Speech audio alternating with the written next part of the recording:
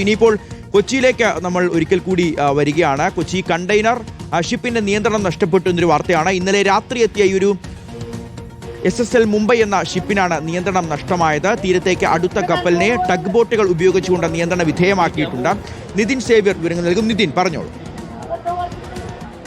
ഇന്നലെ രാത്രിയാണ് ഈ സംഭവം നടക്കുന്നത്. കൊച്ചിയിലേക്ക് കണ്ടെയ്നറുകളുമായി വന്ന ഈ ഷിപ്പിന്റെ നിയന്ത്രണമാണ് നഷ്ടപ്പെടുന്നത് ഇന്നലെ രാത്രി. അതായത് SSL മുംബൈ എന്ന കപ്പലാണ്. അതായത് ഇവിടെ സ്ഥിരമായി ഇത്തരത്തിൽ ഈ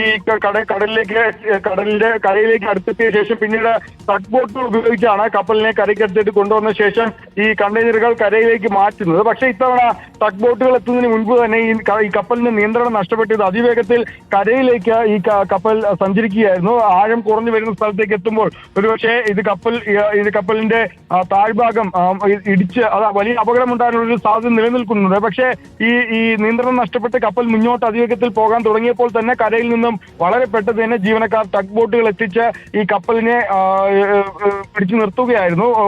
കപ്പലിന്റെ സഞ്ചരിച്ചിരുന്ന എതിർവശത്തേക്ക് ഈ ടഗ് ബോട്ടുകൾ ഉപയോഗിച്ച് അതിന്റെ വേഗത പതുക്കെ കുറച്ച് ഈ കപ്പൽ പിടിച്ചു നിർത്തുകയായിരുന്നു. വലിയ ദുരന്തമാണ് ഒഴിവായത്. പ്രത്യേകിച്ച് നമ്മൾ നേരത്തെയും കണ്ടതാണ് ഇത്തരത്തിൽ കണ്ടെയ്നറുകൾ വലിയ അപകടങ്ങൾ ഉണ്ടാകുന്നത്. അതിനിടയിലാണ് ഇപ്പോൾ ഇത്തരത്തിൽ ഒരു വലിയ അപകടത്തിൽ നിന്നും ഇപ്പോൾ അപകടം ഒഴിവായി പോയിരിക്കുന്നതെന്ന് പറയേണ്ടി വരും. പ്രത്യേകിച്ച് രാത്രി ഒരുപാട് കണ്ടെയ്നറുകളുമായി എത്തിയ ഒരു ഷിപ്പാണ് SSL മുംബൈ എന്ന ഷിപ്പ്. ഈ ഷിപ്പാണ് ഇത്തരത്തിൽ വലിയ അപകടത്തിൽ നിന്ന് ഒഴിവായത്. ഏതായാലും ഈ വളരെ പെട്ടെന്ന് തന്നെ സമയോചിതമായി ജീവനക്കാർ ടഗ് ബോട്ടുകളുമായി എത്തി ഈ കപ്പലിന്റെ വേഗത നിയന്ത്രിച്ചതോടെയാണ് വലിയ തോതിലുള്ള ഒരു അപകടം ഒഴിവാക്കാനായത്.